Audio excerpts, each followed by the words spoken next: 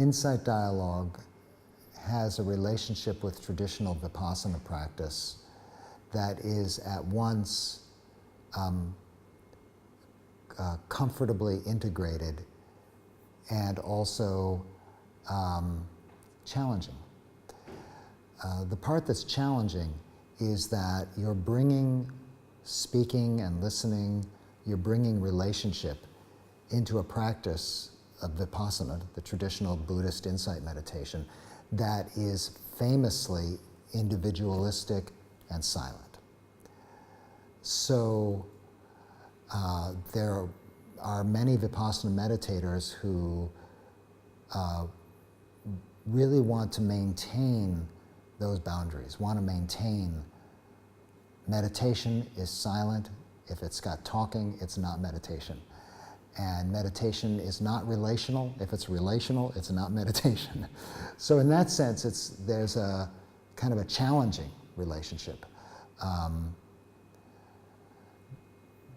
But it really changes when you actually touch the heart of the practice. Because what you then see is something that's seamless. You see that the practice of awareness, of remembering this quality of awareness, is the same in both. And that the values around freeing the heart, around coming to see things really clearly, liberating insight, are exactly the same.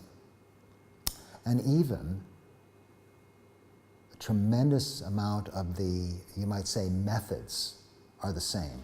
If we leave out the fact of relationship and speech and just look at some basic dynamics, there's a tremendous amount that's in common, because that was my root tradition. That's where I come from. That's still where I have my basis. First of all, is one able to be aware of thoughts without feeling like that's me? Those thoughts are me. That's basic. And in silent meditation, that's one of the most profound gifts, that thinking happens. It's not all me. It's just this habit mind going on. There's not a self in the middle of it. Well, that's the same essential quality both needed for and cultivated in insight dialogue. Am I able to be in the presence of another, where there's all of this proliferation of this sense of self, with all of my desires and fears and preoccupations and so on, and not fall into the thinking, not fall into the emotions in the way of sort of getting lost. There's no sense of the moment anymore. There's no awareness that's not that thought, that's not that emotion. So that's absolutely the same experience, the same core. It's just in one is sitting quietly with one's eyes closed. Awareness is almost entirely internal, and these qualities are developed. And in the other, one's eyes are open, one's in relationship, and there's this sense of the internal, the external, the other, the both, the sense of relationship. But now, do I fall in?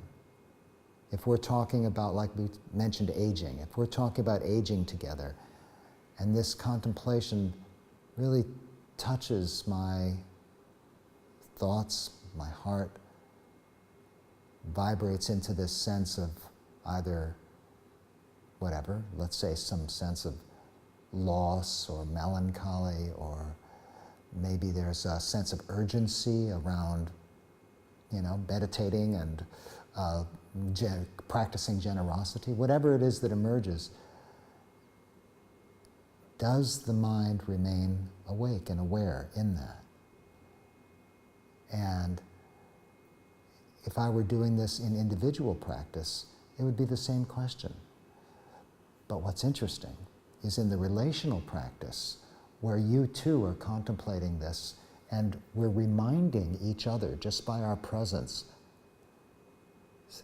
stay here, come here. Are you awake? I'm awake.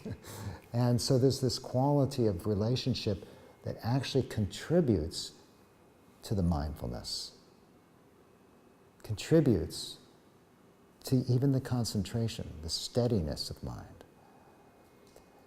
So there's a tremendous synergy between traditional silent practice and insight dialogue.